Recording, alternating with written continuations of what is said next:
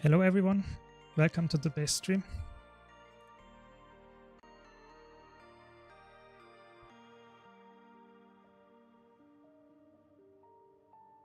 Hi, welcome.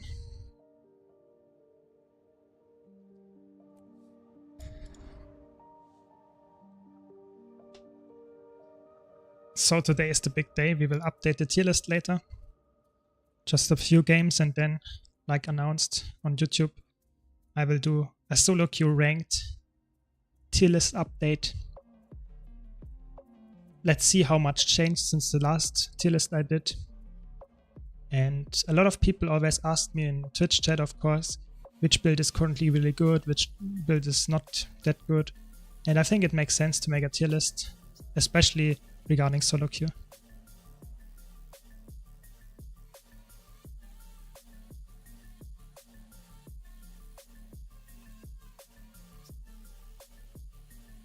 But first, let's do some PvP and check out if today is maybe better than yesterday. Yesterday was a little bit a sad, let's say, ranked session. We had almost half of the games we had a 4v5, so it was not really interesting, at least for me to play. Maybe it was more interesting for you to watch, but it felt a little bit sad. Hopefully we have more fair matches today. And yeah, I guess the tier list will probably also take quite a while, because there will be a lot of discussion. I already know some people have some hot takes, and I'm not sure if I can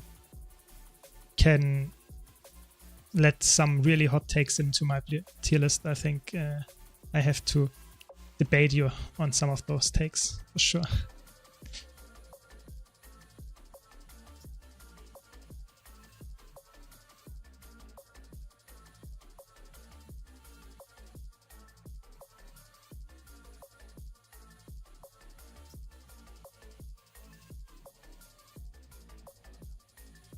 So I will probably do a 2v2 tier list as well in the future, but I think I will do the next 2v2 tier list or something when the next off-season is up, because then it makes sense that you have the tier list up to date, because if I do one now, no one will play it until the next PvP 2v2 3v3 season is up, and then might be hopefully some balance changes. So I think the next one will probably be in March. It will take quite a while. Welcome, Anastasia, welcome. Good evening. So, because the current ranked is going, you can't see it now, but I think it's until the beginning of March. So there will be the next, the next off-season will be 3v3 or maybe even push. But in any case, I will do a tier list regarding this game mode that will come out then. And there will be definitely some big changes regarding Conquest in contrast to 2v2 or 3v3, even push. You have builds that are way better there for sure. Welcome Lux, welcome. We just do 1 or 2 matches and then we start the tier list. So we have some time for all the people to join and we can debate later. I want all your opinions, because I'm of course just one person and I might not have the perfect view on the situation in current ranked solo queue, and we will do a tier list later, together I hope.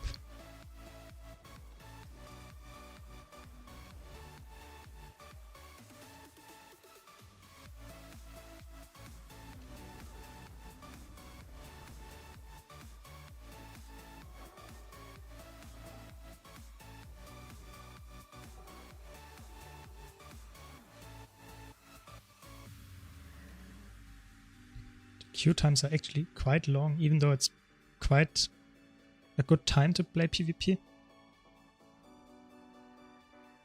Let's see.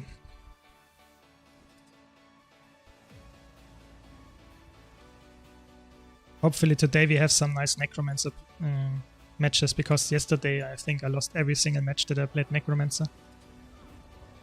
Which is, I think I won one, so that was okay, but it hurts if you play quite well on Necromancer and lose, because that feels like maybe another class would have been better to carry. So I will try my best. And today I'm really you know, excited, and maybe that helps. Hope you had all a nice date so far. Are you all excited for Christmas? Probably most of you will have vacation. That's good.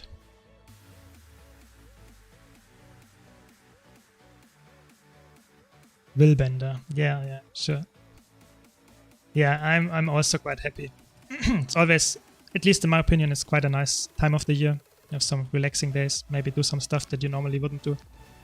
Just relaxing. You know, maybe playing some more ranked PvP. I don't know. Let's see. Finally a match. Let's hope for some really close one.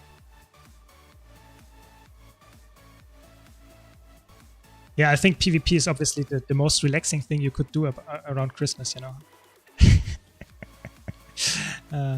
Let's see. Sometimes it's relaxing, don't get me wrong, but sometimes it also is quite... it might not be the most relaxing thing you could do. So let's see. Yesterday I had some matches that were really... I really was doubting if I should queue again, because I had people going for beasts left and right, ignoring points, conquest nodes all the time. I was just almost, I don't know, it was hard sometimes. But I think that's just how it goes, you know. But it's also, I see it as some kind of mental training, you know. If I can relax, even though I'm playing PvP, I am the most zen person I ever met, you know. So, some kind of mental growth I want to try. Yeah, exactly. I mean, that's a good thing, you know. If you now start to become comfortable as a necromancer, as just enjoying the pain, so to say, at some point, why not, you know?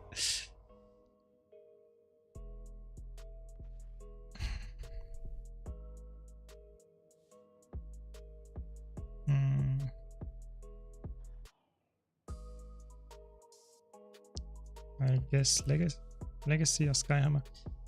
I don't want to go for Forest, because I really, yesterday was horrible. All the time people went for Beast, and I hope there is no Beast. Oh no, again on the Forest. I guess people will go for Beast again. So let's see what we have. Oh no, a Core Elementalist. Signet Mirage. Oof. 2 Condi Reaper.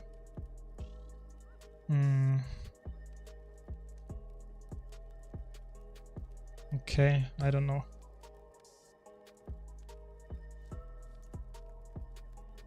I don't really want to go support here, because we don't seem to have any damage. This is probably a Condi Mirage. Yeah, I think I stay like this and hope that we might just win the fight after some time. Let's see.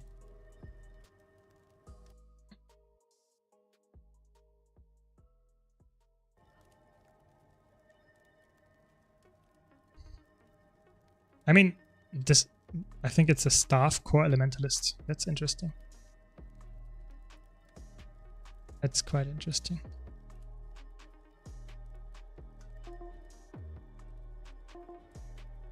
I think it's really interesting that Elementalist a few months ago, maybe 5 months ago, was really bad.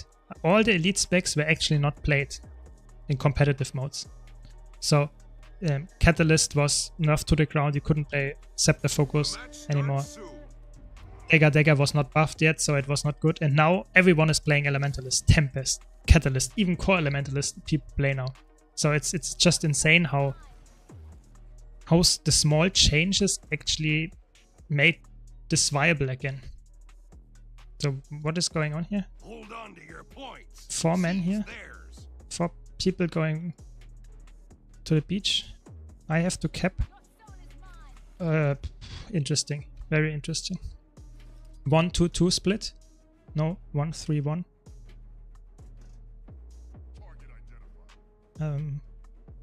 Lucky. Oh, they instantly got a kill here. Okay, it's a power mirage apparently. With greatsword, you can see here. They actually got a kill here on mid.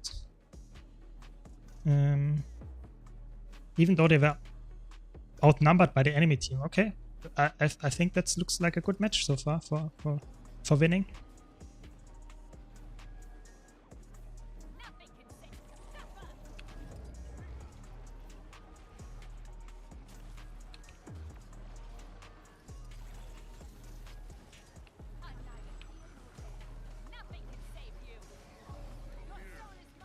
Okay.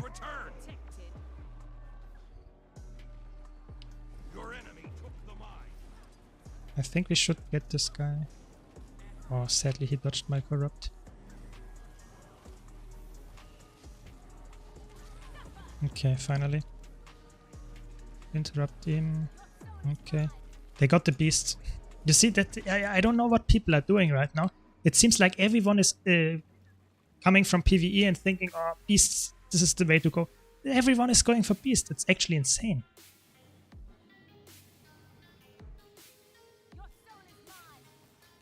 Yeah, I really, Anastasia, I feel like a lot of the little bit more advanced, more experienced people are just not playing anymore. I feel like that's just the case. I always get people that are really inexperienced in my matches. It doesn't matter which rating I am. You know, now I'm not that high rating, I get that. But even if I'm in Platinum, at Platinum 2 or something, I get so many inexperienced people in there.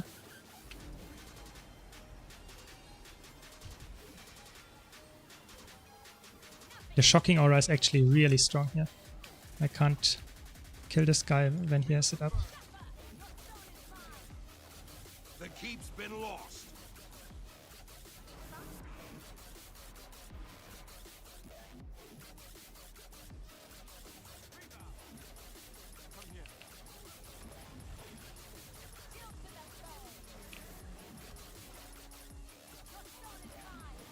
Okay, we have him. Now it's a 3v. Okay, 3v3 this time. Looks like a good fight for us. Okay, sad. I actually thought I would get the intro. Yeah, I think actually a lot of people, are, at least of the hardcore people, are actually playing Path of Exile 2 right now. I think that's because of just the general PoE2 is a hardcore game.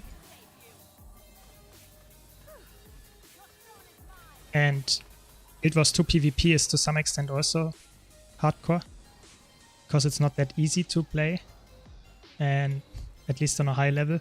So I think it makes sense that people go for that. But still it's sad if you see that no one is playing.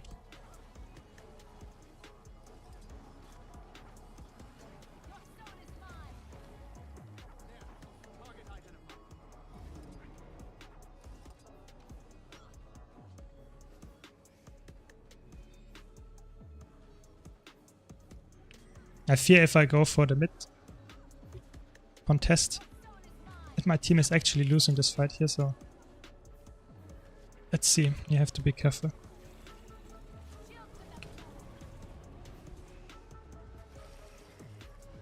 You've seized the henge.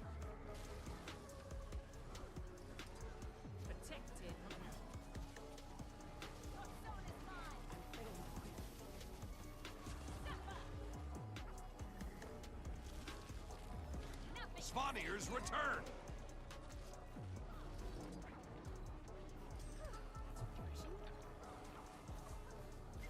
Yeah, I think this match is over, definitely. Nothing too exciting here, sadly. But at least I've won. The keep is yours.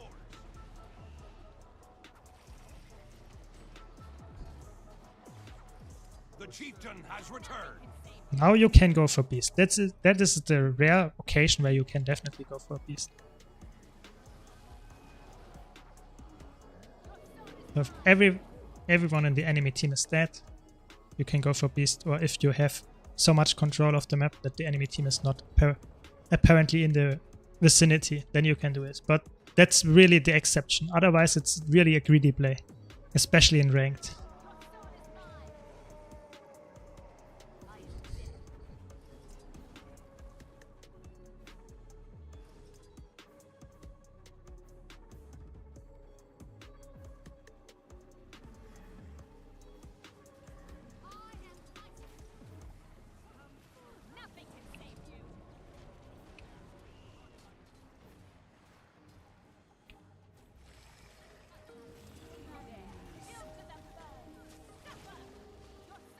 I'm always surprised how big the range of the skill is.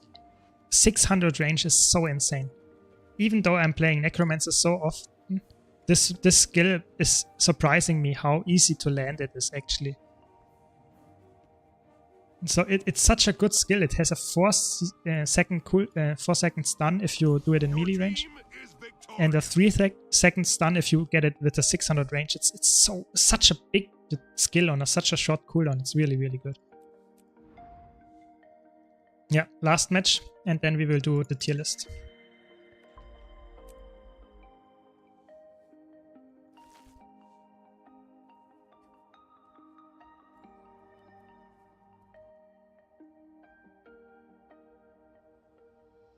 Maybe there is a time for power halving. I really like power halving as well. I still think the spear, I talked yesterday about it. I think this build is actually really good, but I think it's hard carried by the blood trade line. You have so much lifesteal and just to resustain with the blood bank trade that if they nerf it, and I fear that they will nerf some of it a little bit at least, that the spear is falling off, that it's not that good anymore. Why do I think that? I think the second skill and the fourth skill are actually really fun. However, the third and the fifth skill are not feeling that great. I would say the fifth skill is okay, but the previous iteration of it was way more fun. It was a unique thing. Now it's just some kind of AoE damage that you spam. The third skill is so hard to land against good opponents because it's such a tiny range to hit it. And it's also, you know, it's even if you hit it, it's actually not that crazy strong, you know. So I would really like to have some kind of movement skill here, because this skill is your only movement skill and you have to hit it first. So if you had something like the sword jump on your spear here, that would be so cool. That would make it a way better weapon. It might get too strong then. I agree, that might happen, but I think it would be way more fun to use. Because you don't really need the CC here, rather have some mobility. I think that would be amazing. I would really enjoy that.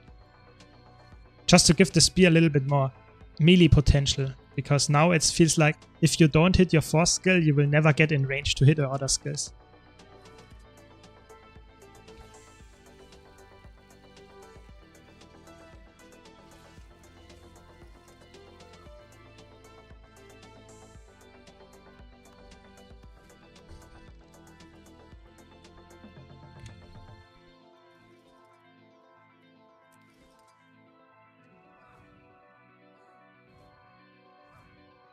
I think the cool thing about the new spear skin is that it's actually fitting to so many classes. It has this ghostly ice-ish theme, which fits to Necromancer, fits to Elementalist, it fits to Revenant, it fits to Guardian to some extent, it fits to Druid. It's actually really cool how many classes this skin design fits to. So I would say they actually hit really big hit with this. But I know that not all of the people in chat agree with me here, but I actually quite like the new spear skin.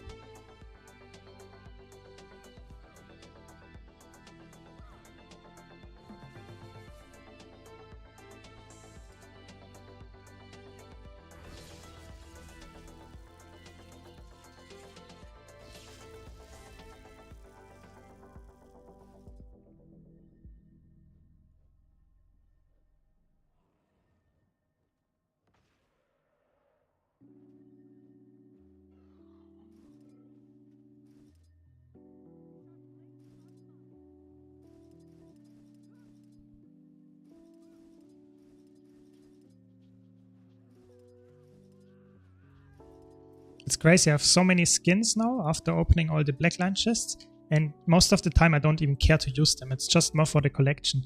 But I would really like to have some nice fitting skins here. How is it called? This one I like, it's fitting to Necromancer.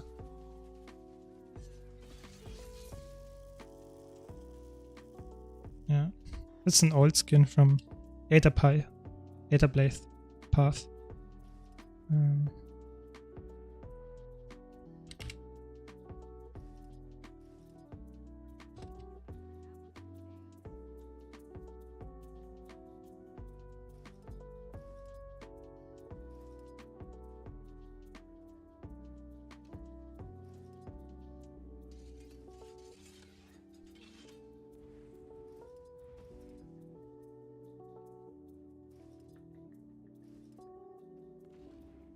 Oh, please. I want to have a match. It's so sad. Why is the queue time so long? Maybe there's an AT going on. That might be it. Yeah, we have an AT that makes it a little bit... Almost the whole community is currently playing AT then.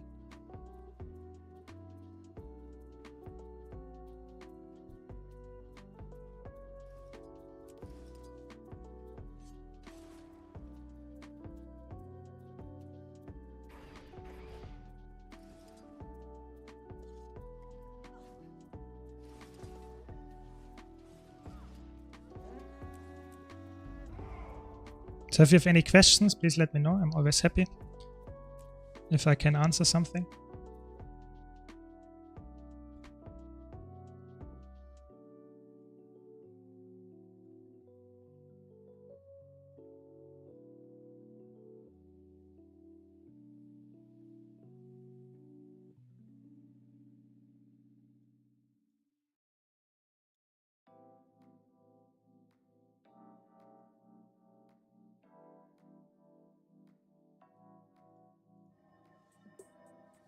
So what do we have here? A lot of Harbingers.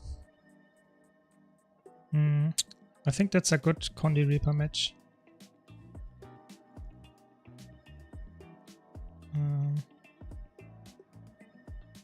Two Mesmer, interesting.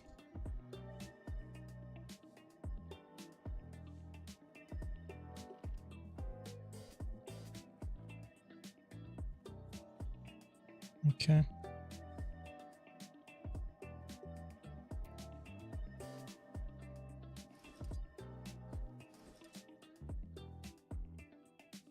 Let's see. I think this might be a really slow match from our side, but maybe we can teamfight them better because we have a Druid. Druid is quite useful in teamfight as well. They also have a Druid. Let's see, interesting team comp.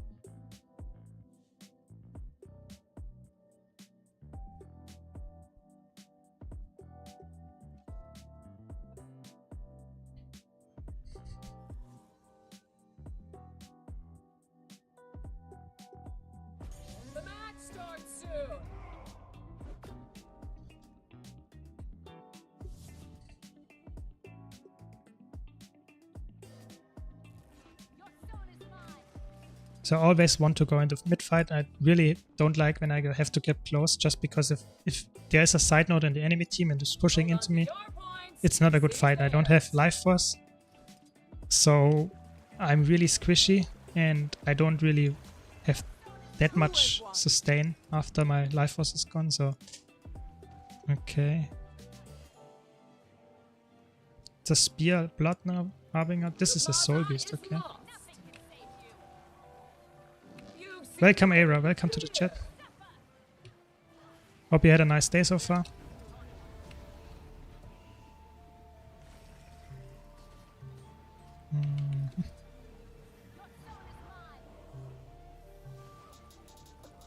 Sad.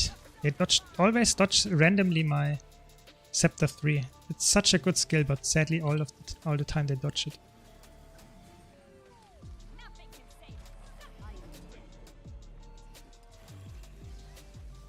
Okay,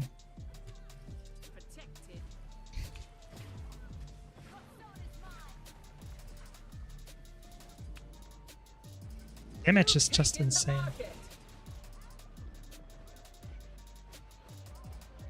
Kill this guy? Yeah, thanks.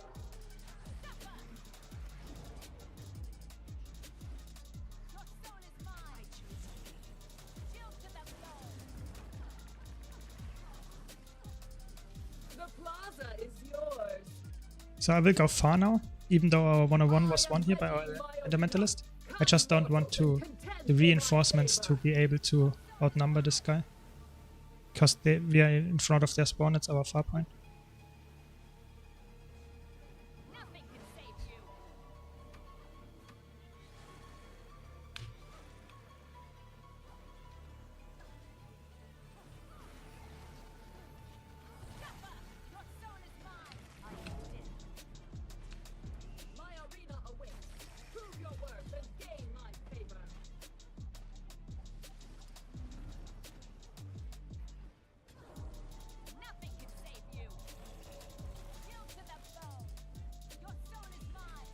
So if I can force the worm, that's obviously really good. Yes, I could. So now they don't have a stun break and maybe I can make that work. It's not a good matchup for me because they have more damage and they have Boon Corrupt and I'm in front of their spawn. But how did they die here? Okay.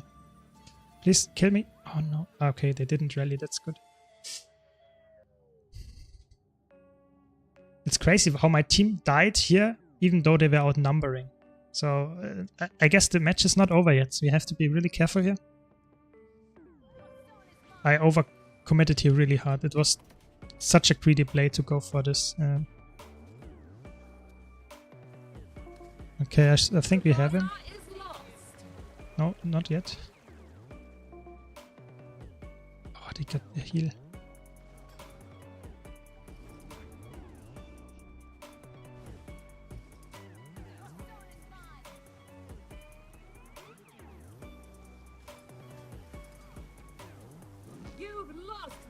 Got a nice corrupt here.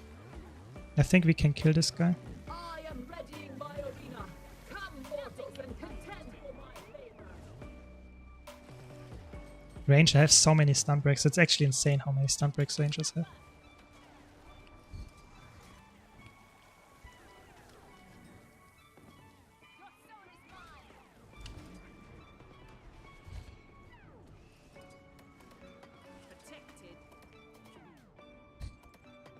Just want to make sure that this guy dies.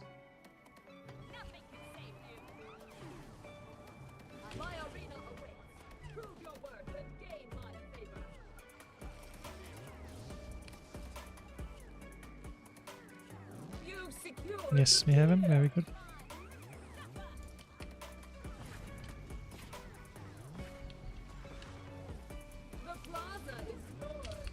It's a power chronomancer. That's...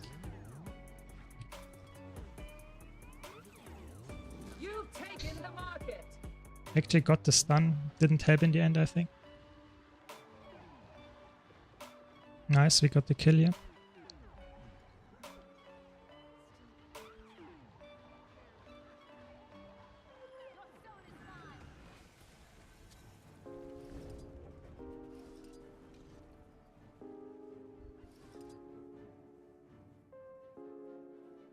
The plaza is lost.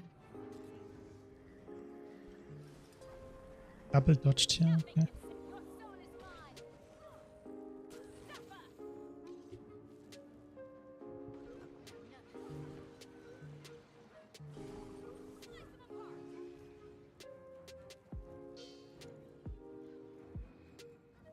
Yeah, okay. So Greatsword is sadly not that good on Mesmer in general. It's just overshadowed by Spear. Yeah, it's just sad. Because Greatsword would be a balanced weapon, I would say, because you can actually counterplay it. In contrast to Spear. Spear is really hard to counterplay.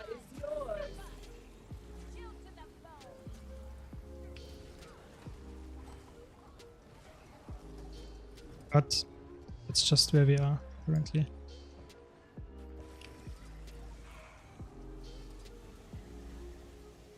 My arena awaits. Prove your worth and gain my favor. Yeah, I shouldn't have died in this match, otherwise it's fine.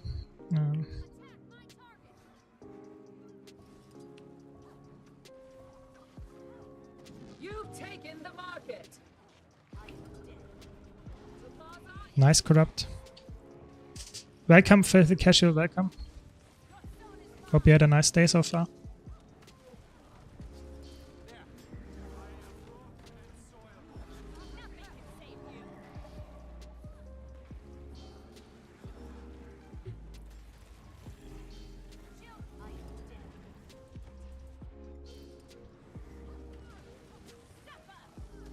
You've secured the pier.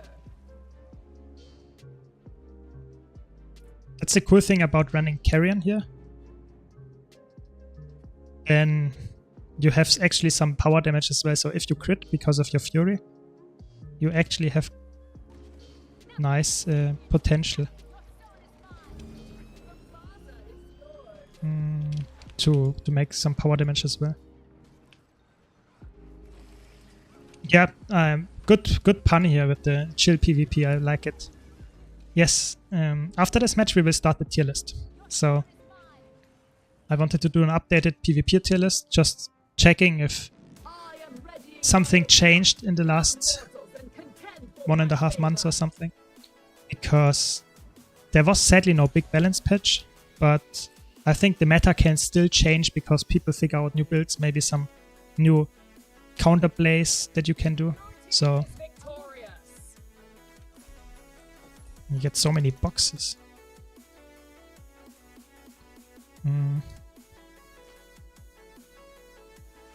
Okay, so let me quickly set it up and then we start.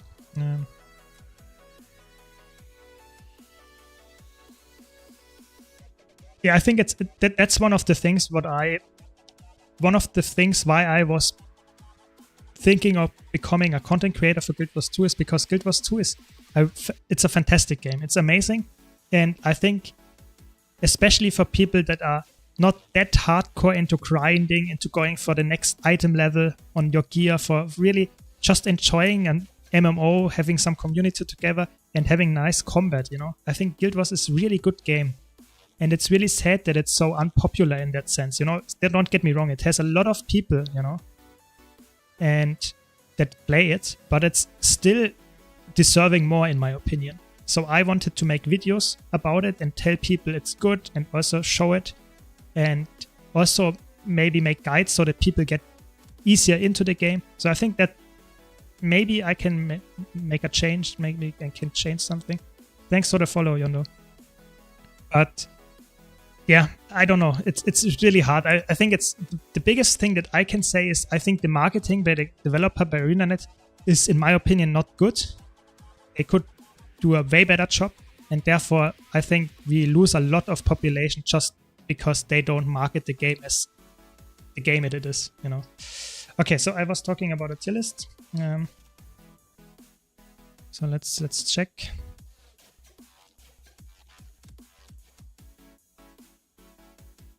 So you can see it quite, it's good so far. Just want to make sure that everything is on screen. I have a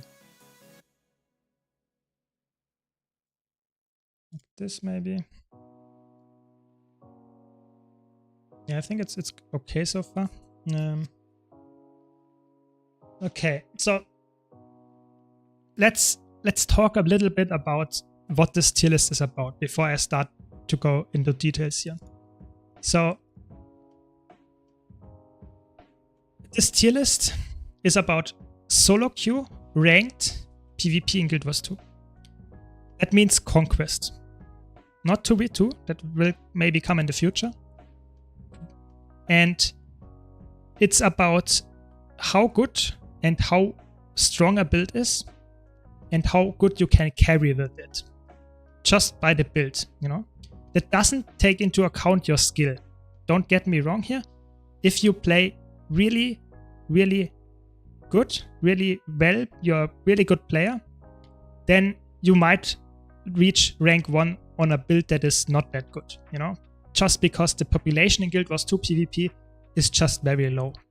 And if you even abuse the matchmaking system without any win trading, just abusing it, queuing at 3 AM in the morning or in the night, whatever, and duo queuing, then you will get rank 1 if you just commit hard enough. You have to take that into account. This tier list is not about that. The tier list here that I'm making is about how good the build is. So if you are a new player, if you are somewhat of a inexperienced PvP player, or if you just want to come back to PvP and want to know which build you should pick up because it's helping you get higher rating or helping you have more fun because it's a really good build. It's not about how well this build can perform in ATs, because there are different circumstances. You have 4 other people that are most of the time in a voice chat with you, and therefore you have way better team comps that you can adjust, and therefore some builds are way stronger than others. I'm talking here about solo queue, not even duo queue, ranked PvP. It's really important that you make this distinction because I think some of the builds are similar, but most of the builds are actually a little bit different what you would play. just one example, support builds are way more valuable in ATs because, of course, if you know your teammates can make use out of your support, it's just better, you know? Because if you play a ranked game, you have 4, just saying it, rather mediocre players with you and you rest them, they die after 5 seconds again. I'm not sure if support was the right choice, just because if you would rather have done some damage, maybe this fight would have been won. Just, this is my argument here. So let's talk a little bit about which tiers I have. So we have S tier. I would say we maybe tell this is maybe, let's leave it at S. S makes sense. And then in A, B, C, I think makes sense. And then I would say the last tier for me would be a grieving tier. So or maybe trolling, let's see grieving or trolling. Because some classes, if you see them in your match, you just want to say, okay, GG next, because some classes are really bad right now, you know? And yeah, I just want to make sure that this is understood. So let me quickly check something. I don't want to...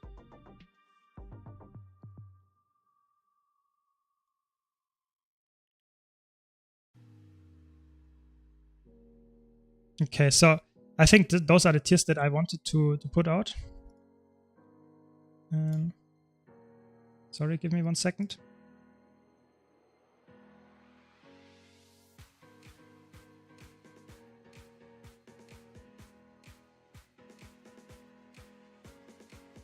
Yeah, exactly. So that's what I wanted to put out.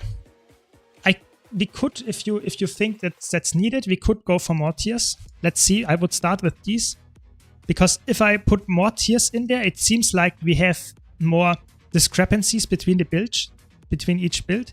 But I think the meta is actually quite close. There are some outliers, especially on the top, but all the other builds are quite similar. You know, if I put more D tier and even F tier in, it feels like you have way more differences between the builds. I think a lot of builds are really close together. So I think that's why I want to go for those few tiers.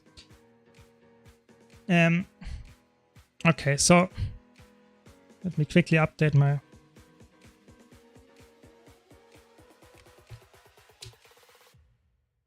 Okay, so then I want to quickly talk about which builds I consider bad or why I consider them bad. So some builds, you might say, are in a really low elo, for example in, let's say in silver tier. A lot of people playing really easy builds, for example Mechanist, maybe even Scourge. Those builds are really popular there. However, I would put them really low because I'm not talking about how popular a build is. I'm talking about how well this build performs if you want to get high rating. So how high you can get with this build with the same skill. And I think if you on a certain skill level and playing Scourge and you're playing a Condi Reaper, then I think there are differences in these builds. So that's why I want to make this distinction. So let's start by saying I personally think if you're playing Scourge tier, or if you're playing Scourge is just really tanky. But in Conquest PvP, in my opinion, it's grieving. If you play Scourge, it's grieving. The reason for that is that a Scourge is just tanky and slow, but it doesn't even have a shroud, and the damage is non-existent. So you will die after a few seconds, minutes, whatever. It's just annoying. It's just annoying the team. It's also annoying actually your team, not only the enemy team, because you are just a punch, a sandbag that they can punch, you know. So I think this build, you should not play this build. When you are enjoying Necromancer, all the other Necromancer specs are way better. So just please don't play this. In my opinion, this is, even if you're in silver, this build will not be the build that carries you. Of course, if you enjoy it, don't get me wrong, play the build you like. that's important in Guild Wars 2, just have fun. But I would say, you know, this build is just obnoxious. It's really abysmal how good it is. It's not good at all. So I want to get it across. It's really important to me. And let's stick a little bit with some Necromancer specs. I think Core Necromancer, and that's the important part here actually, Core Necromancer is definitely better than Scourge. Why is that? Core Necromancer has a Shroud. And the Shroud makes a Core Necromancer way tankier than a Scourge. Yes, you lose support, for sure.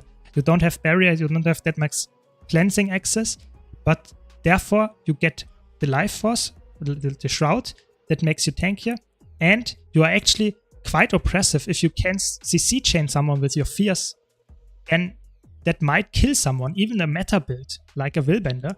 If they get corrupted and you CC chain them, you can kill a Willbender with this build because you're so tanky and really annoying to fight. It's not, don't get me wrong, it's not the strongest build, but it's, in my opinion, for sure better than a Scourge. And if you are a Necromancer enjoyer and you don't even have any expansions, Core Necromancer is a good pick because it's actually, if you know how to play it, it can even win one-on-ones, it can carry team fights, it's not bad. Of course, I wouldn't put it in S tier, but I would say it's a build that people underestimate. Yeah. Okay. So let's go on with some other really, yeah, just interesting picks. I think Core Thief, that's a hot take maybe, but I think Core Thief is C tier. You can also play it. It's lower than Core Necro, for sure. But in my opinion, it's a good pick to some circumstances. You can play X, you can play a Condi variant. They are not really good, but you can surprise people, and it's definitely better than Grieving tier. Yeah, for sure. I just wanted to put that out there because both of those builds are actually okay to play if you don't have any expansion. Yeah, I think that's important to point out to people that don't have any expansions. You can still succeed in PvP because there's quite a lot of builds actually right now that are core and that you can play to a really high level actually and come to a quite good rating as well. I would say all of those builds that I put into C tier, you can easily come Platinum with if you know how to play them. With Grieving tier, I would say that might be really hard in a solo queue situation. So let me quickly drink something.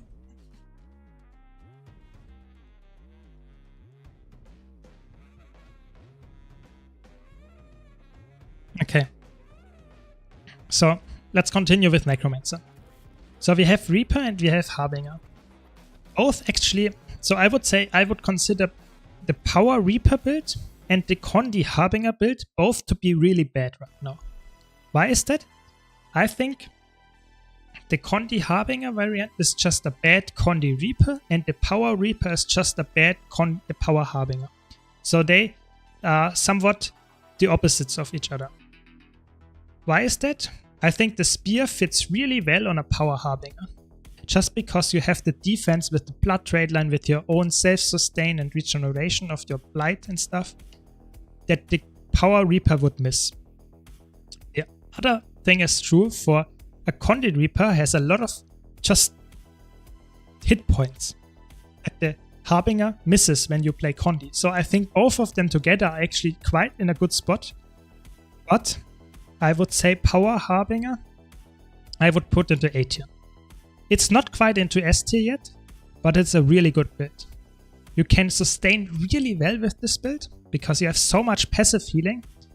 You have so much barrier generation as well. And you actually have quite a surprising amount of damage. So, in my opinion, this is a classical A tier build.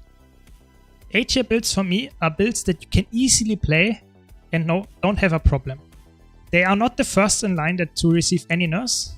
For that we have the S tier. But if the S tier build gets nerfed, they might be the best builds that we have.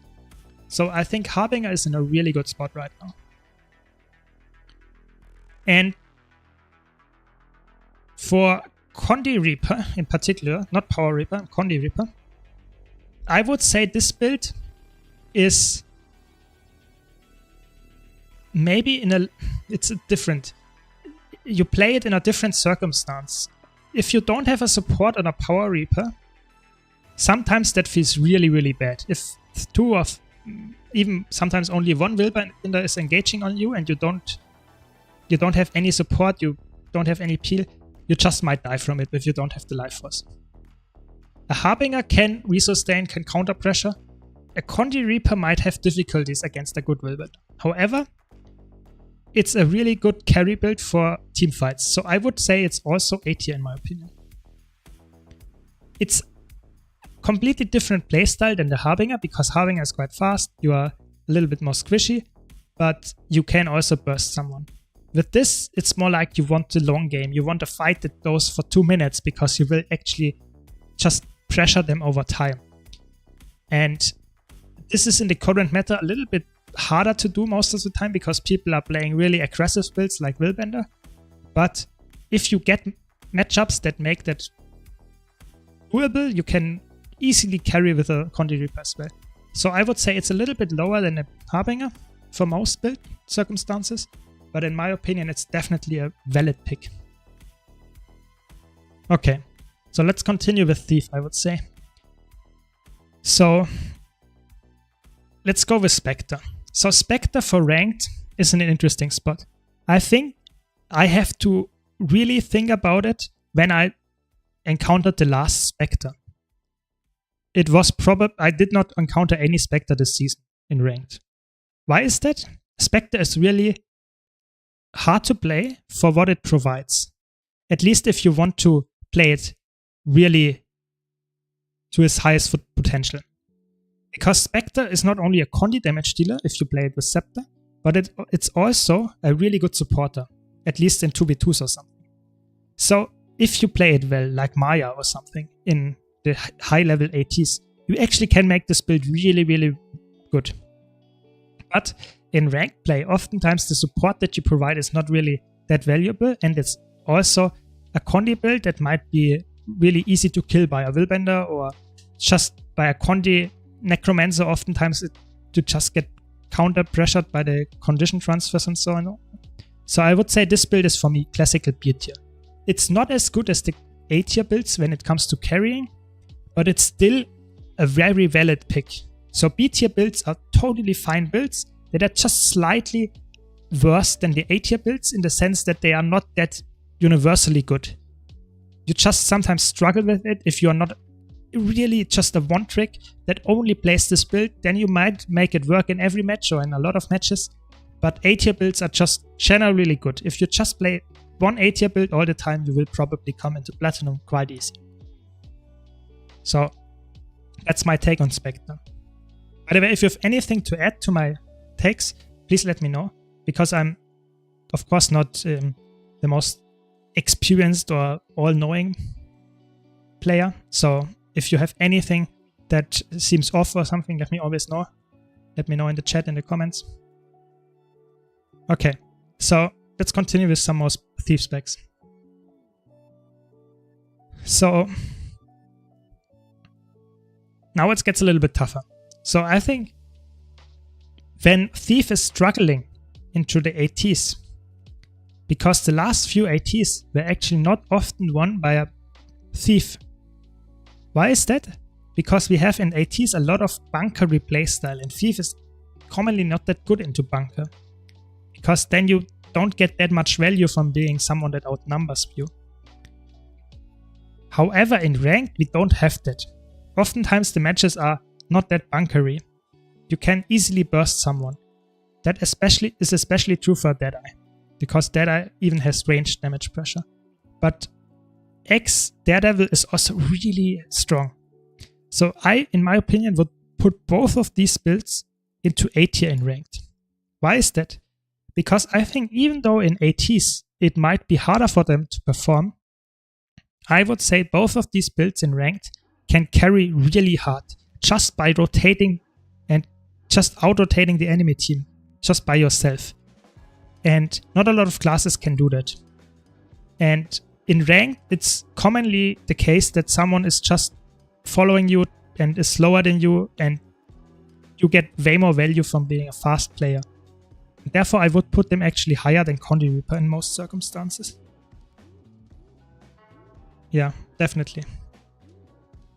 And I'm not sure which build is better, Deadeye or Daredevil. They are both really valid, especially if you play Sword Dagger. You actually have a lot of unblockable damage as well. And if you're Bound Thief, it might even be better than Deadeye.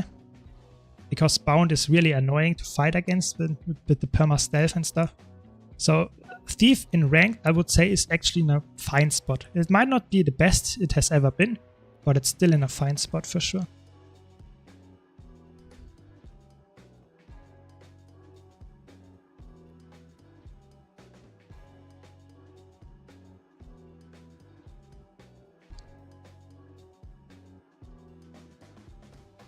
Okay. What next?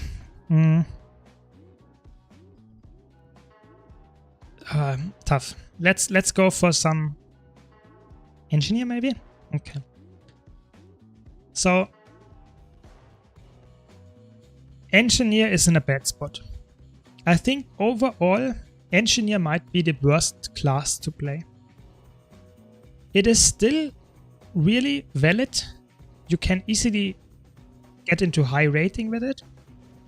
But I think if you played another class, you might have an easier time. Why is that? It's just all the other classes feel in almost every single situation more useful. It doesn't matter which elite spec or spec you play as an engineer. So the best spec that I would see here is probably Holosmith. But even that is not that strong. So Holosmith I would put into B tier. If you can perform really well, if you know what you're doing. For example, Sukaya. If you see those guys playing, they are really good. But it's hard to play and you can get punished really hard. However, it's a fun spec.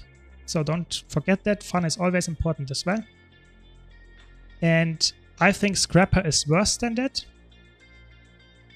However, it is still okay. Yeah.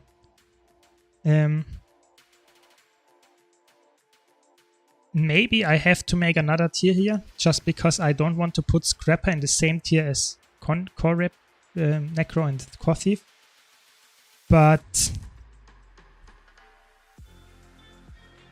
yeah, maybe it's B tier. Let's say low B tier here.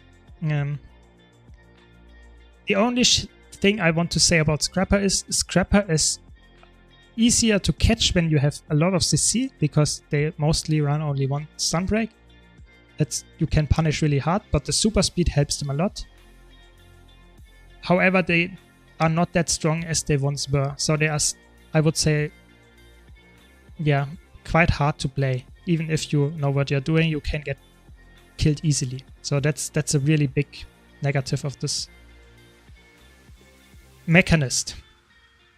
Mechanist, in my opinion, is a really bad spec for PvP.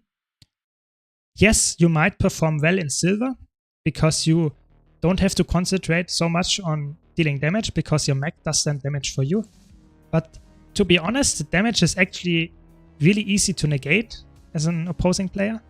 And it's not good. You know, the only skill that is really good on Mechanist is your shift signal, because it's a stun break, it's a teleport, it's a cleanse, and the passive is good. So this is the only thing that speaks for this. Otherwise, the Mechanist is just not... All the other engineer specs are better than it. Yeah, for sure. So I would put Mechanist in Grieving. So for all the mech enjoyers, I'm sorry, but that's just my opinion. I think it's not good in PvP. You should not play that. Of course, if you want to learn PvP first, yeah, maybe it's an easy build, but I think it's also not a good build. So better learn something that is also good at the same time, you know. But okay. Yeah. And now the hard truth. I think Core Engineer is far better than Mechanist. Really far better. I would even go as far as I would say with the new Spear Edition, the Core Engineer is low B tier. It has crazy damage. You play it as some kind of outnumberer roamer build, and it's really good. It's not as good as A tier, and it might even be C tier here. And those builds are D tier. Maybe. That might be true. But yeah, it's hard to say. Maybe we put one more thing in here.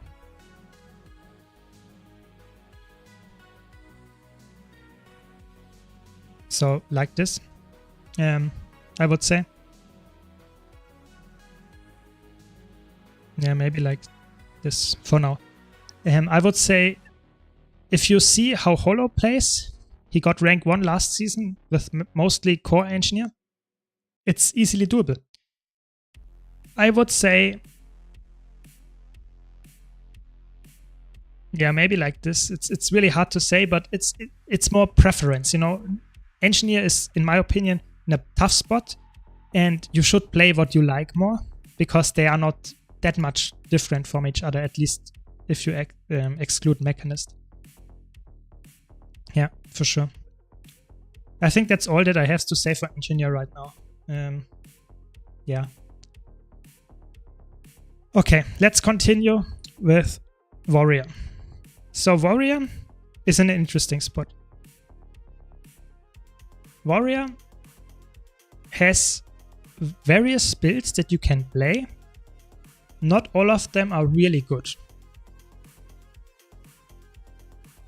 But you can play them in ranked. So you have Berserker. You can either play the classical Skull Grinder Condi side nodding build that is quite strong. I would say it's B tier because it's not the best side noder right now, but you can make it work for sure.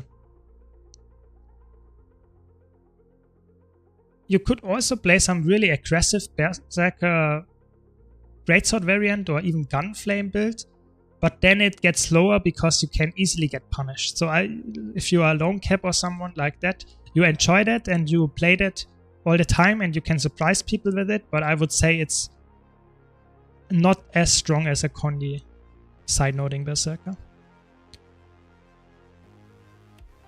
Bladestorn, in my opinion, is not that good. I would say Bladestorn is D tier. It's not grieving yet, but it's close. Because why would you play a Bladestorn when you have all the other warrior specs that might just perform the same role better than you? Because the Gunblade is just really, really bad. The Gunblade itself is okay. Let me correct that. But the Dragon Trigger is really bad. You don't have a stun anymore. You have a really long cooldown. You can't interrupt it anymore with your instant casting it.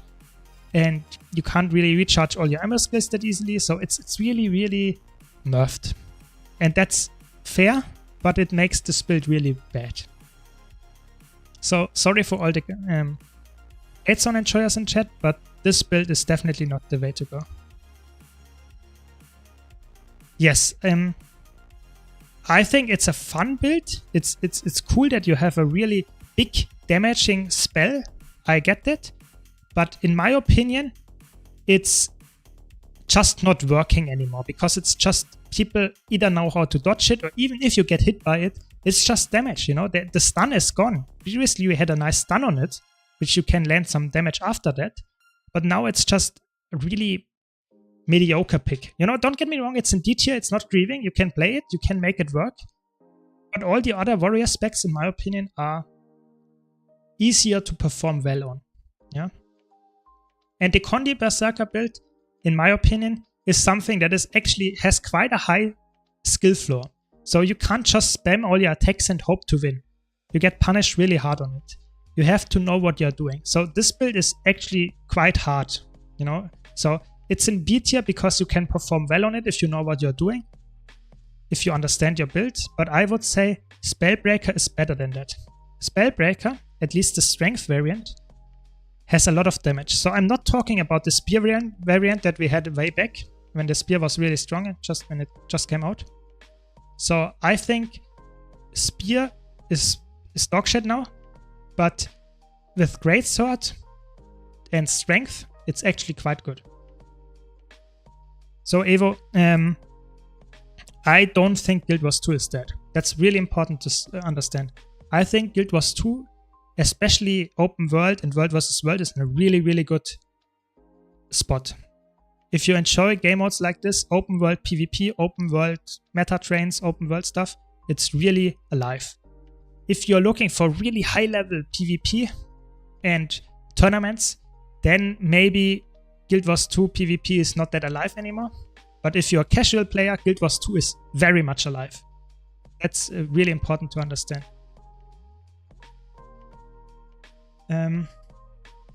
Yes, I think Blade Zone duels are really fun. If they are potting behind each other and saying nothing personal, kid, you know, I get that. But I think Spellbreaker is way better. Because the strength Spellbreaker with Stormsinger Relic actually hits really hard. Don't underestimate it, you know.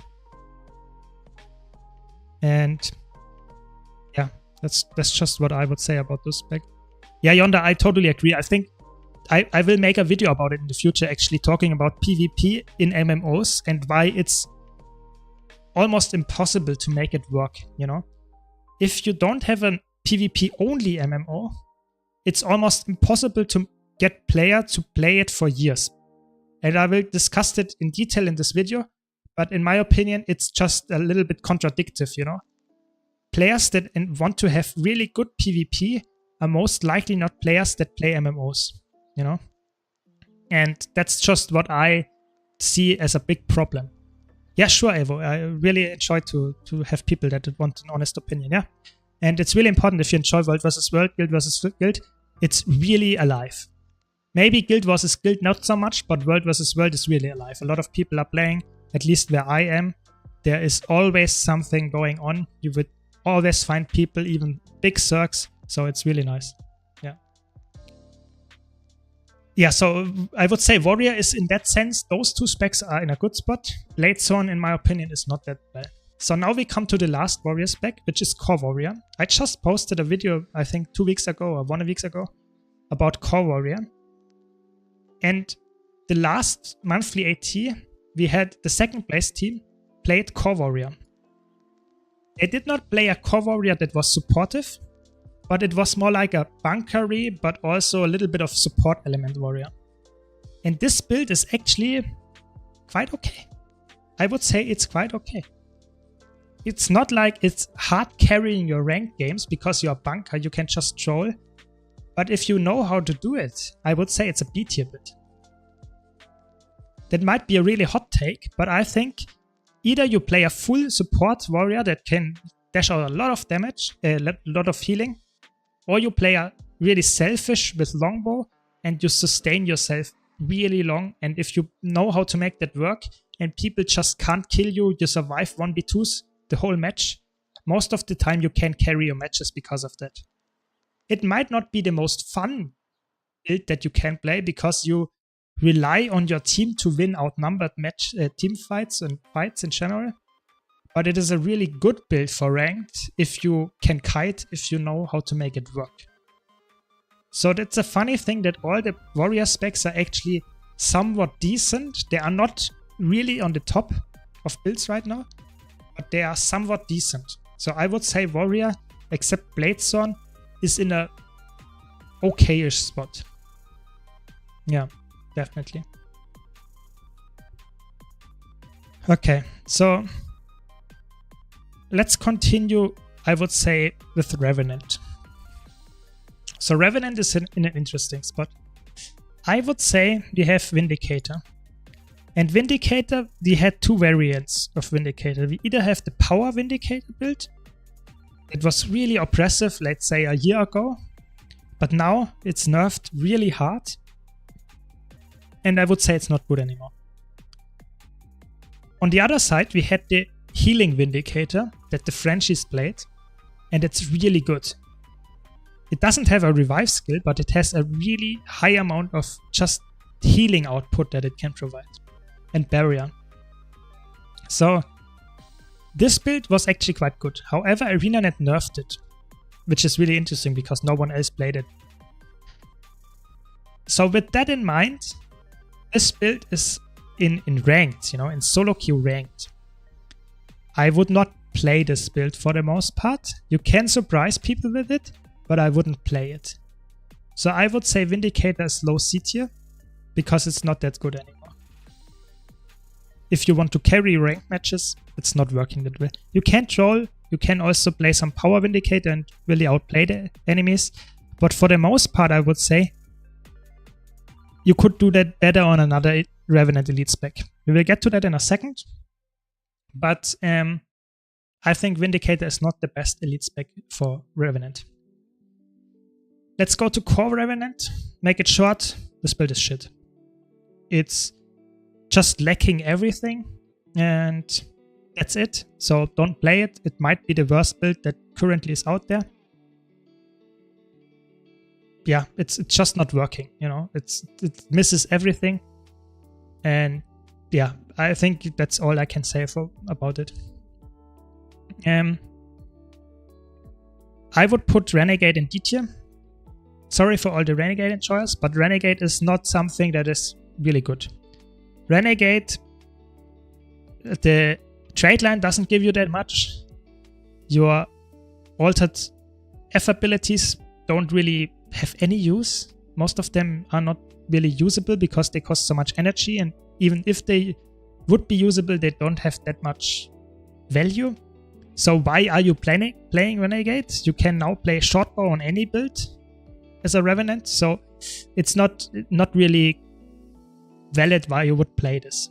So I would say even a power Vindicator is better than a power Renegade, for sure. I think Renegade is in a really bad spot. I think even after the rework of the color spirits, it's not in a good spot. I think they have to maybe rework it again or just say it's not a build that we want to see in PvP.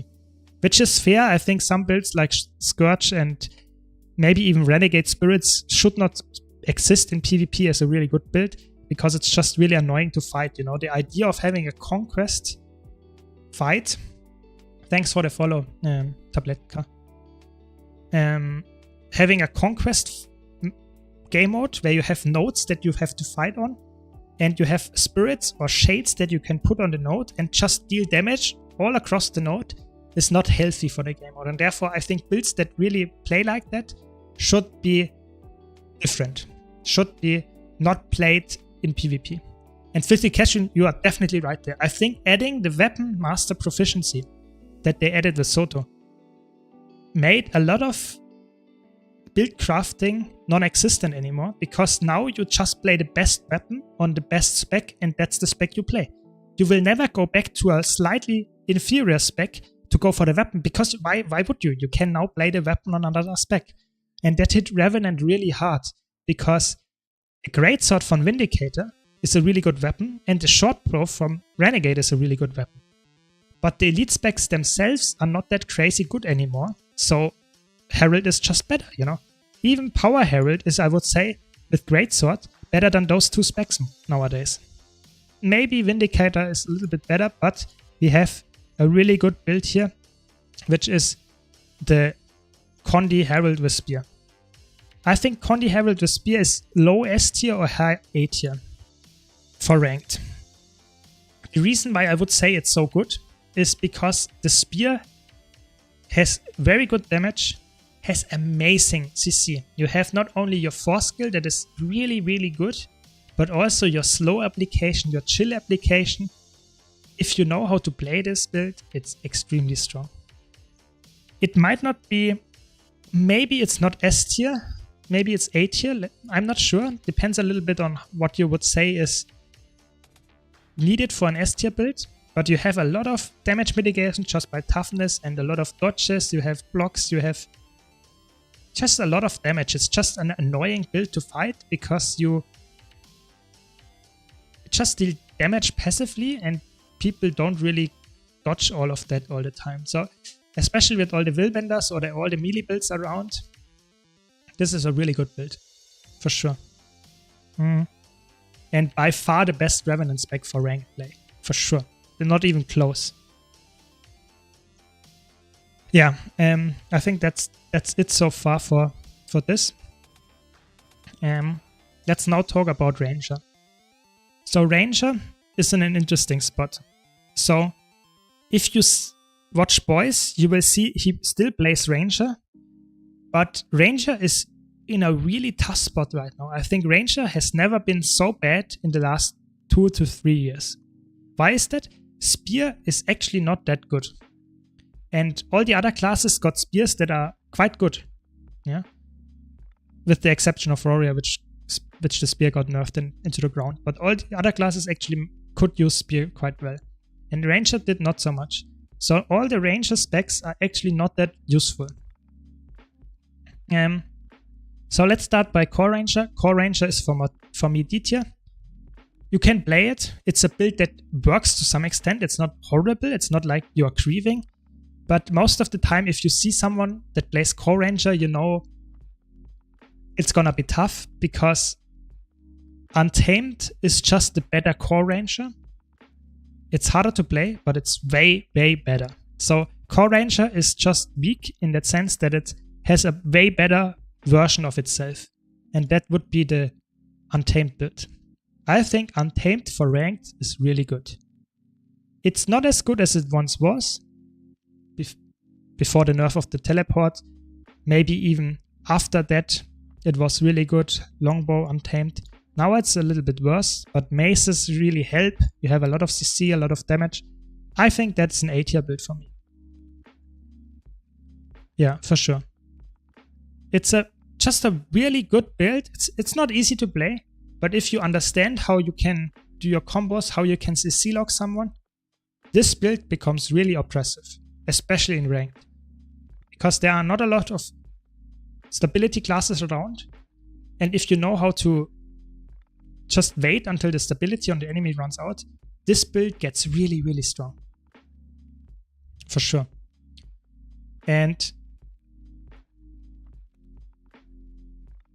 yeah, I think I would put it in A tier. Let's go to Soul Beast. I think Soul Beast for ranked is quite okay. You can either go a full power Sigem Soul Beast, which is really good to burst people, but it's really squishy as well.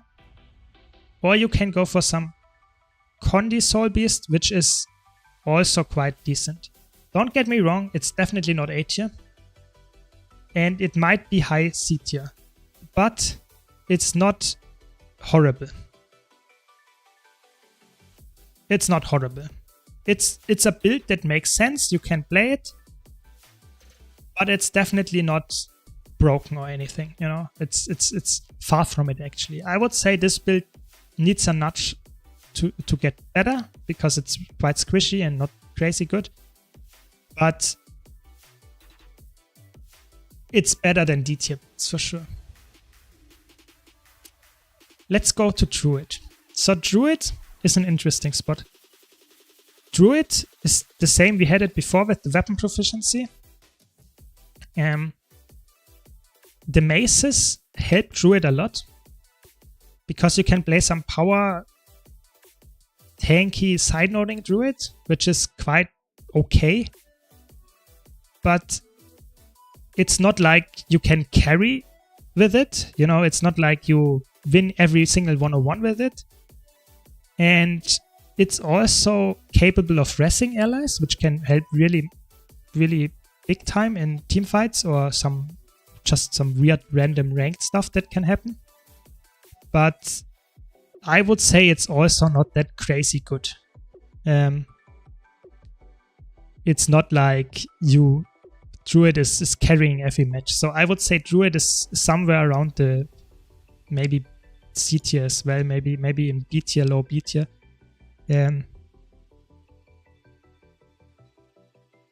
Yeah, something like here. Yeah, like this maybe.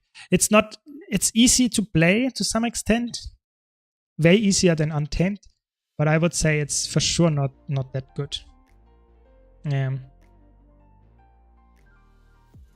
Yeah, I would leave it at that for now. I'm not completely convinced with those 3 specs here being in B tier when those specs are in C tier, but the B and C is really close together. I would say it's really hard to tell which builds are exactly where. Yeah. Yeah. So let's go on and talk about Guardian. So Guardian is interesting. And Guardian has probably the best spear. Even after the nerfs to it a month ago or even more, Guardian spear is still really strong. However, it is a power weapon, and therefore most Guardians can't make a use out of it. So Firebrand and Core Guardian are just not worth it. But Willbender is really good. So Willbender for ranked is for me S tier, because it has amazing damage. You have a lot of mobility. You have a lot of just raw damage output, and you can just really kill people a lot. I would say the community thinks it's way too broken. I agree, it may need a nudge down, but I think a lot of people just don't know how to counterplay it. It's really important to know, because if you dodge the burst, they are actually extremely squishy and can't deal that much damage anymore. However, I understand that the mobility and the stability uptime is really annoying. That I understand, and I think they should just increase the cooldowns of all their skills so that it's more punishing to use. I think the damage, especially in high-end games, is actually necessary, because otherwise, for example, if you go in a County Reaper and you nerf the damage of a Willbender, they will not be able to kill a County Reaper, which is really, really bad. So this is needed. I think we need builds that are able to bunker bust, because otherwise it would be way too slow. I, however, think that Willbender is in a really bad spot for low-level gameplay, because people just get steamrolled by it. Even though the opponent is not really that skilled, they can easily dash out a lot of damage, and then use in silver might not be able to dodge that. And that's a big problem. So I think ArenaNet has a big decision to make if they want to nerf Willbender because it's too strong in low elos, or if they want to buff or change how it works in high elo, because in really high level gameplay it's not that oppressive. So I think for ranked it's really good. It's an S tier, don't get me wrong. But I'm not sure if you want a Willbender nerf when you don't nerf anything else, because then we will be back in a bunker meta, which is not something you want. Okay, enough about Willbender. Let's talk about Core Guardian. So we had Core Guardian support a while back, and you can also play a Hammer Guardian, you cannot play a Spear Guardian, but I think those builds are worse than Willbender for sure. And the support Guardian fell off quite a lot, because we have 2 other supports, or 3 other supports actually, that you can run. And therefore, this is for me quite bad. For ranked, at least. I would say Core Guardian is for me low B tier. Might be even lower, but I think it's an easy build somewhat, so I think that's fine if you play it as a support. Low B tier, that's where I would put it, yeah, for now. The other support that I was talking about is Firebrand. I think if you want to play a Guardian as a supporter, Firebrand is the go-to. It's not that much better than Core Guardian, but if you know what you're doing, you have actually nowadays more healing output and the same utility. So this is slightly better than Core Guardian. However, it's not even close to the other 2 supports. So yeah, I would say Firebrand is also low B tier. In ranked, that is. In ranked, you can make Firebrand work.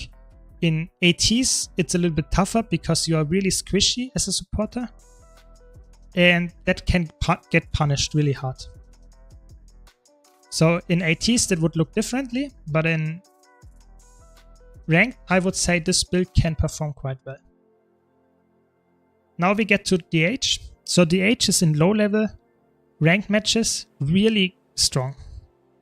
The traps really destroy peoples.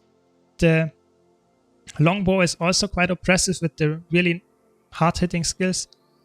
But in higher level gameplay, the DH decap builds are somewhat okay, but it's not crazy good anymore. They nerfed it, the healing, and it's not that strong anymore. So I would say DH is maybe low B tier, maybe C tier. For ranked, it's not that good anymore. Let's put it in B tier for now, just because you can really troll with it if you know Stronlo Suffish. This guy just really annoys people with the bunker DH, and it's just really oppressive, and a lot of people don't know how to deal with it. The Frenchies even played it in monthly ATs because it's really, really hard to deal with. And if you know how to play it in ranked, it can really be annoying because you can decap the point, you even can cap the point, and you don't have to win your 101. That can make enemy team rage quit because it feels so bad to play against. So this is definitely something that is, you can play that. I don't really enjoy this playstyle because it's too slow for me. I like some fast-paced gameplay, but it's definitely something that you can make work. Yeah. So let's continue with Mesmer. So, in my opinion, we have interesting decision making you can make with Mesmer. Mesmer has probably the second or even the best spear together with the Guardian spear. The spear is so strong on Mesmer. It's really, really good. It has amazing damage, it has AoE, it has stun, it has teleport, it has spoon removal, it has emobs, it has condi glances, and it has an evade. It's just the kit is overloaded and it's perfect. There's nothing that you want to have on this spear. Everything is there. So this is carrying every single Mesmer spec. However, if you're playing core Mesmer instead of Chronomancer, Mirage, or Virtuoso, I think you are trolling. Because if you don't have, you can't even play the spear without an expansion. So I would say core Mesmer is grieving. Because the other Mesmer specs are way better. Why would you play core Mesmer when you have all the other specs? They are just base more. They deliver way more. And let's talk about the nerfs to Chronomancer. So you had really, the last year since the release of Rival, Chronomancer support was insane. You had so much healing, you had so much boons, you had so much just defensive skills for your team, for yourself. It's really strong. Even with the addition with Spear, you even got damage in your kit. That make this, it would be double S tier. Now they nerfed it over the last few patches, they nerfed it quite hard. However, I still think this build is really, really good. You can also play a slightly more offensive variant, which just uses Spear and Chaos straight line without inspiration. It's also really good. I would say it's still S tier. Even after the nerfs to Signet of Illusions, which is the biggest nerf they ever gave to a skill. But it's still run because it's so good. It's crazy. So, in my opinion, it's a really good build still. It has so much healing output, so much just passive boons and cleanses for your team. It's really, really good. The next build I want to talk about is Mirage. So Mirage is really squishy. However, the power one, the Spear, is really good. So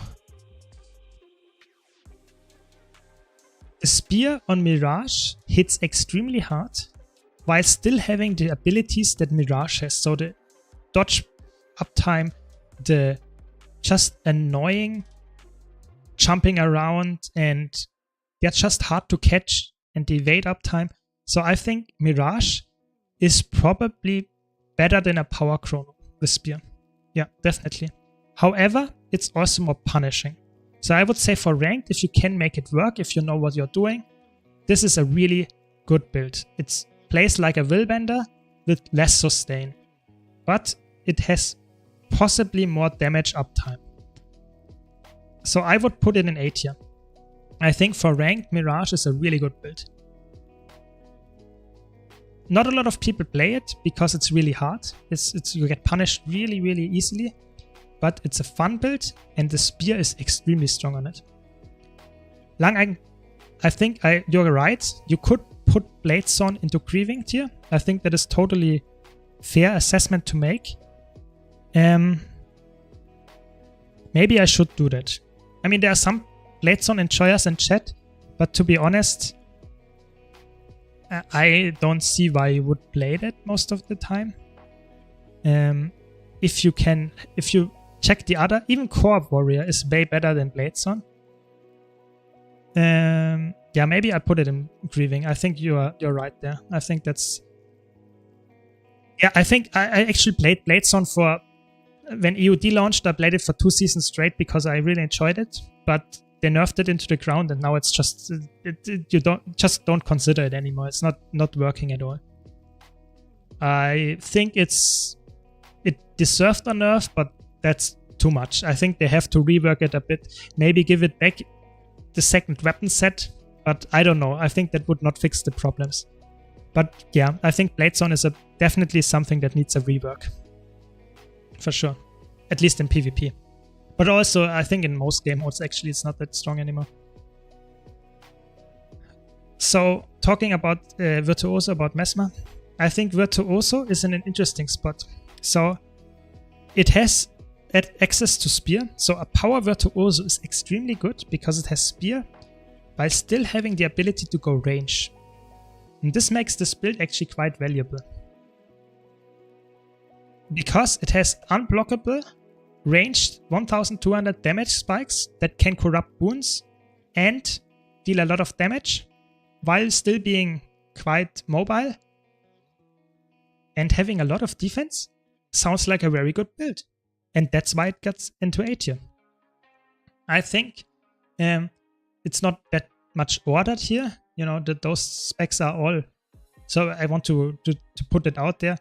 A, B, and C tier are not really ordered. You know, those are just builds that I put in those tiers, but tiers itself are not ordered. So I think Virtuoso is really good.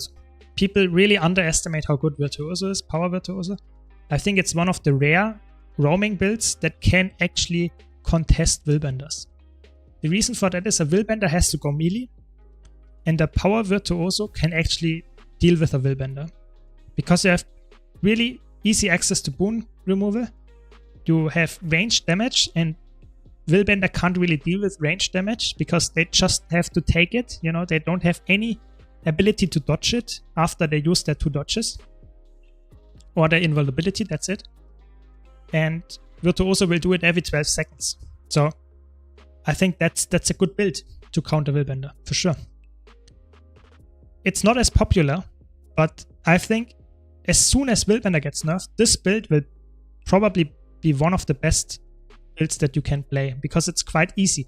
Mirage is way harder to play. It has more damage potential than Virtuoso, but Virtuoso is way easier to play. You have so much more just raw defense, and therefore it's a really good build for ranked. You know, you can survive outnumbered for a short time, you can easily damage someone. Yeah, it's just a really strong build. And it's probably one of the only ranged damage builds that is there. So currently only Dada is the only one that is also dealing a lot of damage from range. But you can shut it down with reflex. But also you can't shut down with reflex.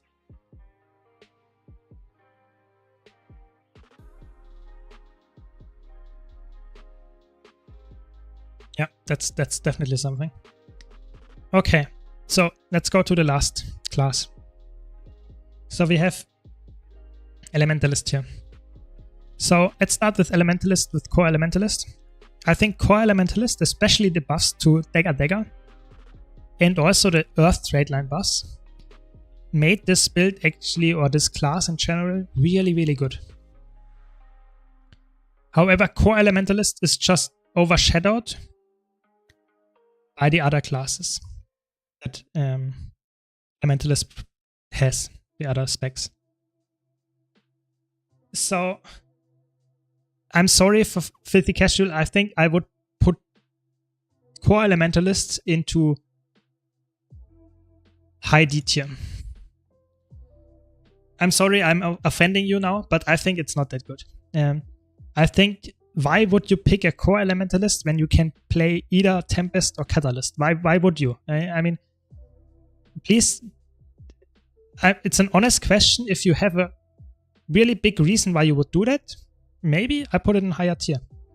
Your Giga Chat. I mean, that's a good reason. Let's put it in higher tier then. No, I think it's a, don't get me wrong, it's not grieving at all. I might put it into C tier just because Dagger is so strong. People underestimate how much damage you have on Dagger. However, Tempest and Catalyst are way better because they can make use out of the damage while still having a lot of defensive utility in it, you know? So, Dagger Catalyst is extremely strong. You have so much aura uptime, you have a lot of damage, and it's extremely dynamic to play. You just spam your buttons, switch attunements, use your dagger skills, and most of the time you will do quite well. So I would say Catalyst for me is A tier. It's not as good as it once was because they actually nerfed it. Thanks for the follow, WarTV. Thanks a lot. And because it's not like the stability on, for example, on the aura is just 1 second, so it's almost useless. Or not useless, but it's almost, you have to be really aware when you use it. And therefore a lot of people now run the sphere trade, which makes your sphere really overloaded and it gives a lot of boons. So that's why it's so good and now. But I think it's A tier. Core Elementalist, in my opinion, is just a worse version of Catalyst because the third trade line doesn't give you any big value in contrast to the Catalyst trade line. You might be right that it's easier to play, but I would say if you commit a little bit of effort and time into it, and then you will be way better with Catalyst. Yeah, I get your point that it's a little bit more confusing, but I think Catalyst and Elementalist in general, those two class, I think Catalyst needs a rework in that sense because Catalyst is just an Elementalist with a new skill. But however, this makes this build really strong. So that's why this is here and this is here because you have so much more boon access. This build doesn't have that. So I would say that's how I would leave it for now. And then we have Weaver. So you know something is wrong when Catalyst and Core Elementalist are high and Weaver is in D tier. Weaver is really bad. So why is that?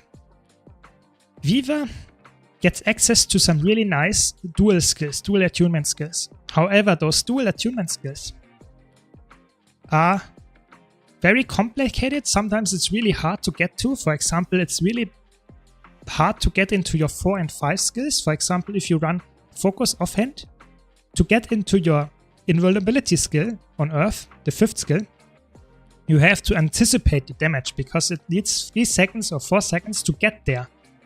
So it's really not that easy to play. And the sad part is, it's not really rewarding. You can play some Scepter build and play some Fresh Air Weaver, which is just straight up worse than Catalyst. You can play some Fire Weaver, which is a really good side-noting build. Like 5 years ago. Now it's just not as good anymore. You can surprise people with your Condi spikes. But if a Willbender looks at you, you're most likely dead because they have so much damage and you don't have any stability. So if they knock you down, and you don't have a stun break, you're dead. You're just dead. And you don't have any good protection application because you can't run all the trade lines that you need for that. It's just horrible. I think Fire Weaver is just a really good build that is just power crept by all other builds currently. So I really enjoy Fire Weaver, but it's straight up not there. That's why it's in G tier. And now we have Tempest. So Tempest, in my opinion, got some big buffs. So we have 2 really good Tempest builds, right? So we have first the support Tempest build. That is, in my opinion, probably the best support right now. Maybe together with Chronomancer, depends a little bit on your playstyle. So we can either run Staff, which is really good in ranked. Welcome Barberchop, welcome to the stream.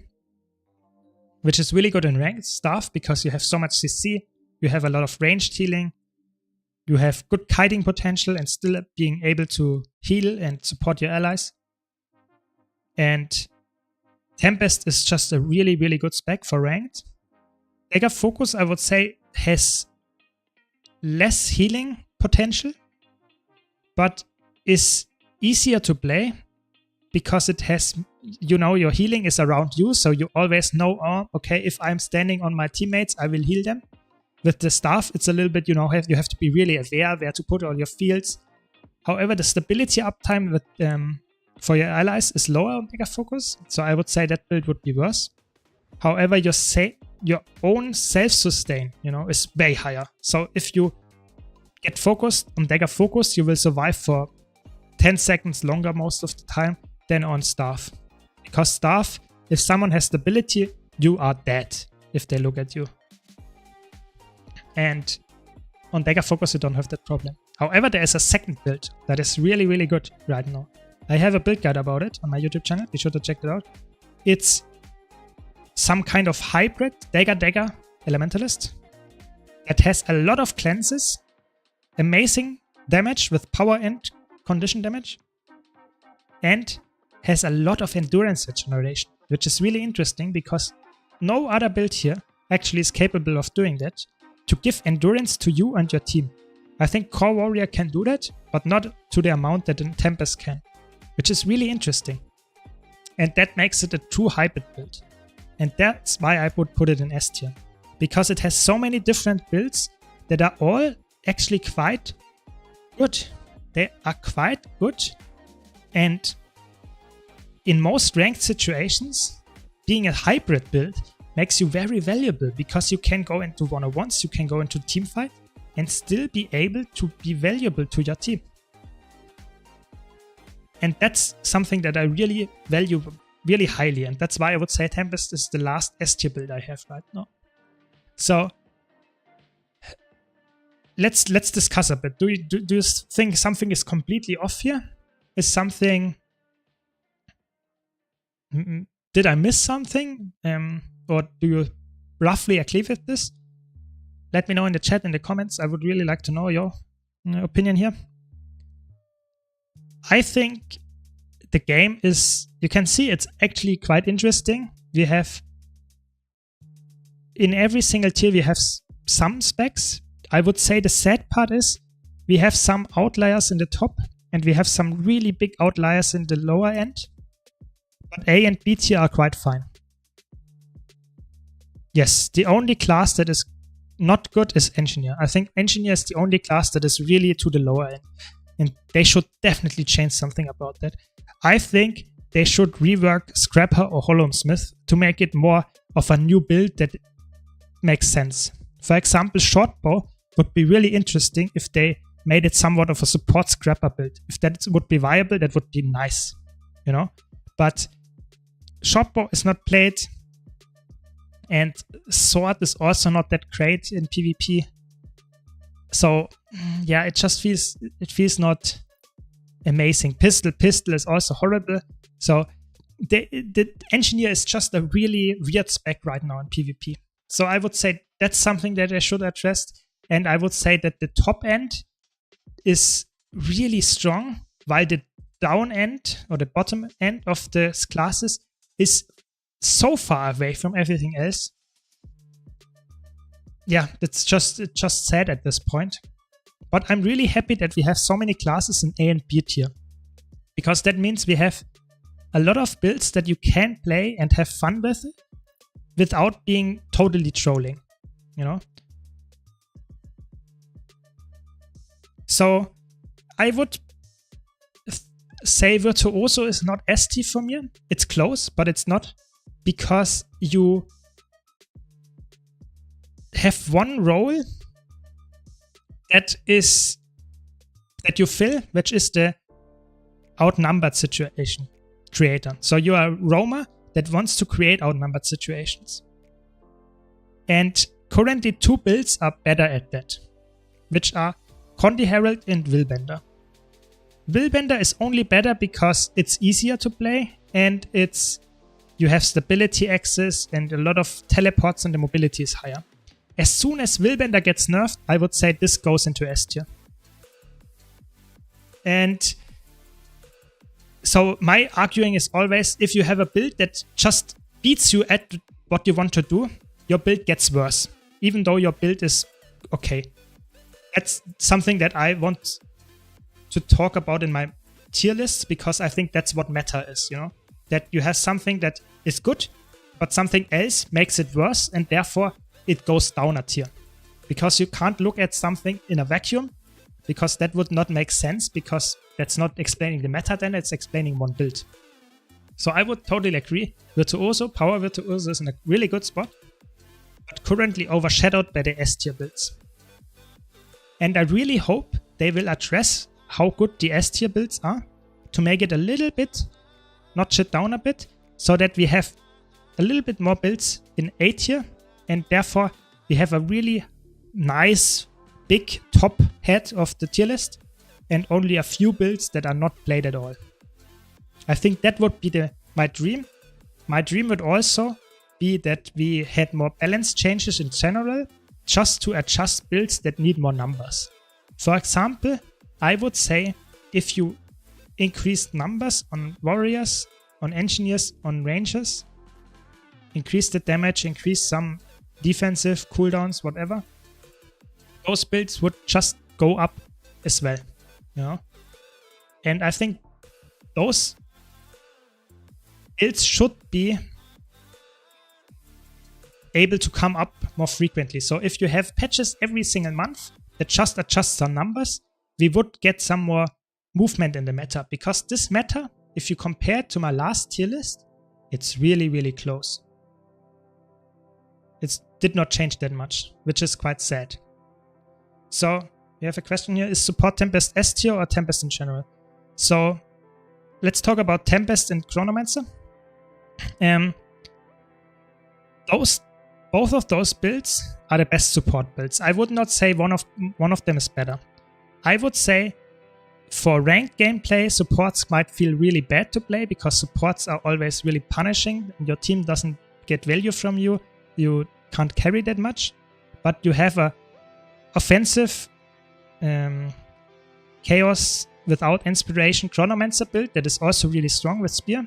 And you have this really, really strong hybrid Sage Tempest that is also really, really good. So I would say that's why I put them here.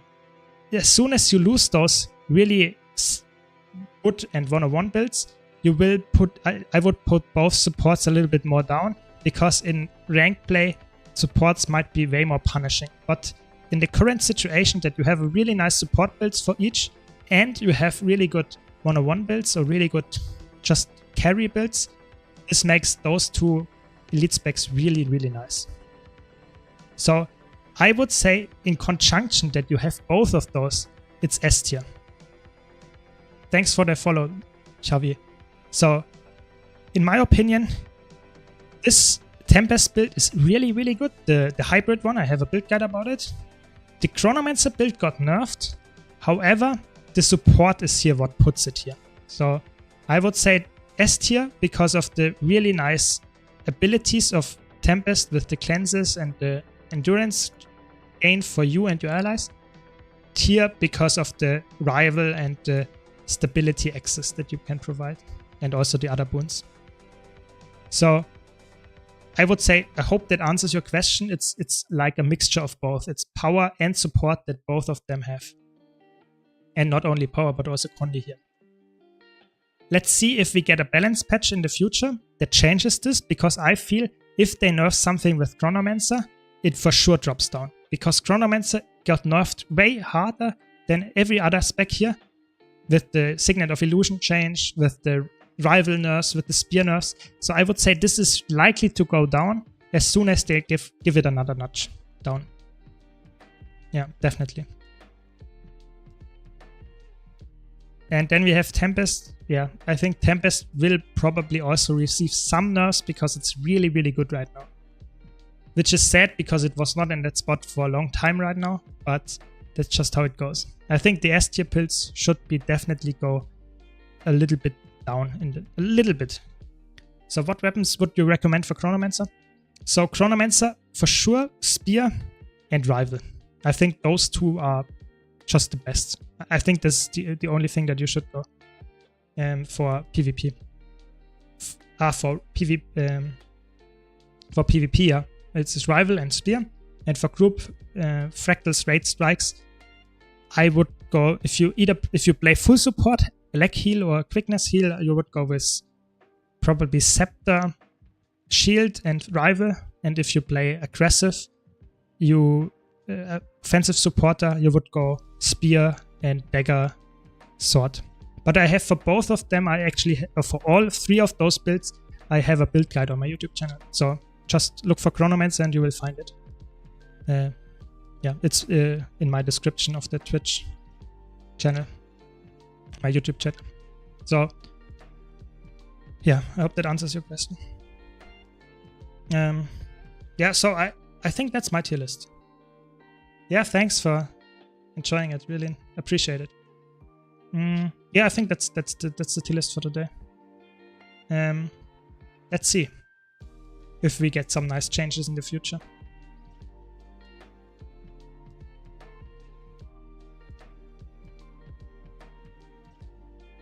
Yeah, I think that's also my stream for today. Not that long, but just wanted to get the tier list out. So I hope you enjoyed it. Thanks for joining. Wish you all a nice evening and hope to see you next time. Be sure to check out my YouTube channel, also my Discord. And yeah, thanks for all the follows. And see you next time. Thanks for watching. Have a good night.